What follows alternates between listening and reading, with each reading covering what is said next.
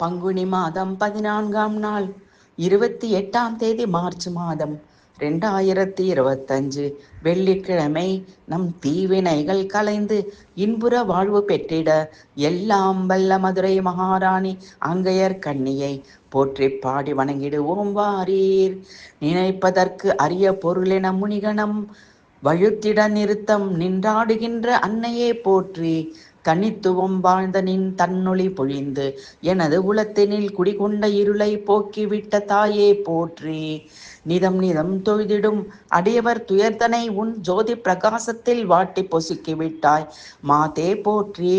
தனக்கொரு நிகரில்லாத துன்பம் தரும் வாழ்க்கையில் தளர்ந்து நான் ஏறி வந்து உனையே கதியென சரணடைந்தேன் அன்னையே போற்றி.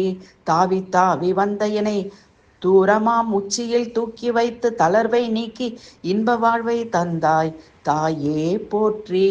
திணைப்புனக்காட்டில் வாழ்ந்த குறமகளோடு மனம் புணர்ந்த மகன் வடிவேலனுக்கு பொன்னிலாளிர் வேல் தந்தாய் அன்னையே போற்றி. துயர் தரும் சம்சார காட்டில் வாழும் செய் எனக்கு நித்யானந்த வாழ்வு தரும் உன் தாமரை பாதம் தந்திட அன்னையே போற்றி. புகழ் தரும் மதுரை மாநகரில் பொலிவுடன் நல்லாட்சி செய்யும் சொக்கநாதர் மனம் மகிழும் பூங்கையர் கன்னித்தாயே போற்றி.